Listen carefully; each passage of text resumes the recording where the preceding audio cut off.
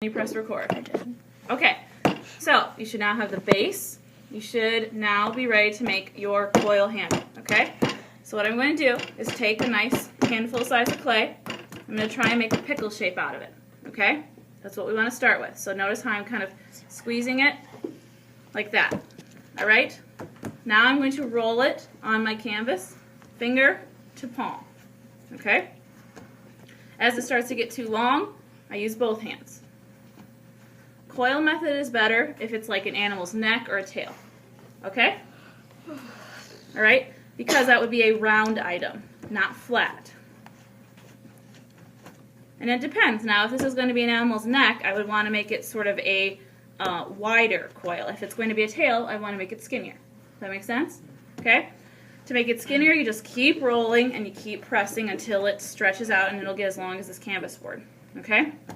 For today, what I'm going to show you is how to make it like a neck of a flamingo, because that was one of the ones we did last year. Okay? So, first I want to make sure that my ends are nice and flat. If not, take a butter knife and cut them off. You want to have a flat surface to attach to your mouth. Okay? Now this surface is going to be the flamingo's head. So I would need to look at a picture of a flamingo, and what you want to do is always use slip when you're doing this part. Okay? And I'm going to pinch and turn at the top to make a sort of mountain shape. Okay? Okay? So you see how that's going to be the beak. Okay? Then right here, I'm going to squeeze in a little bit to make the neck of the flamingo. Okay? Everybody see how it's starting to look kind of like a swan or something? Kind of bend down the beak a little bit there to kind of give it more of the hook that a flamingo would have. Okay? Notice you always use the slip because otherwise your clay is going to crack. Okay? Now what I'm going to do then is start to apply it to this piece. Again, wherever I want it to go, I'm going to kind of measure it out.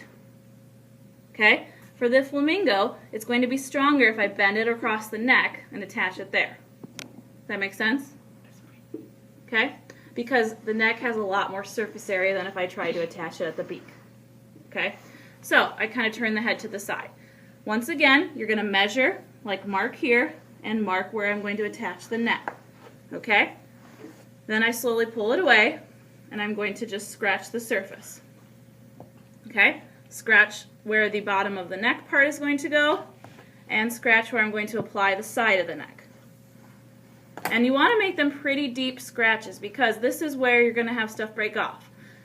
I have so many people that the one part that breaks off is the handle. Okay? So, you have to really take some time at getting this scratching and scoring part done correctly. So now I've attached it. Now what I'm going to do, you can see, is I'm going to sort of smooth the two ends of the clay together. Okay? I'm going to kind of press at the neck. I should see slip coming through where the seam is. If I don't see slip coming through, that means there's air in there and it's not attached correctly. Okay? So I should always see slip oozing through where the two pieces are attached together. Okay? Now what I'm going to do is just sort of go in and smooth away the other areas where it was scratched. So I got to kind of go under the neck there and attach it. And now this person has a handle. Looks cool? So you can see how you can easily turn it into an animal. This could also be a way to do a snake, right? A peacock, whatever, a swan, anything that has a long neck.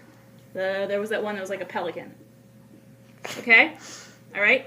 So this would be the step you need to be at today, is that you have your handle and your base done. Okay? Make sure your name is legible and it hasn't smeared off, and then you're going to put it back in the bag. Really quick, when you tuck these back in the bag, if your handle is sagging, take a rolled up piece of paper towel and you can tuck it into the handle. See how I'm going to do that? Supports it while it's kind of that still soft clay. Then I make sure to set it down so the base is in the bag. Pull this up, squeeze out the air, twist it, and tuck it inside. That make sense? Okay, thank you, Maya. You can stop recording.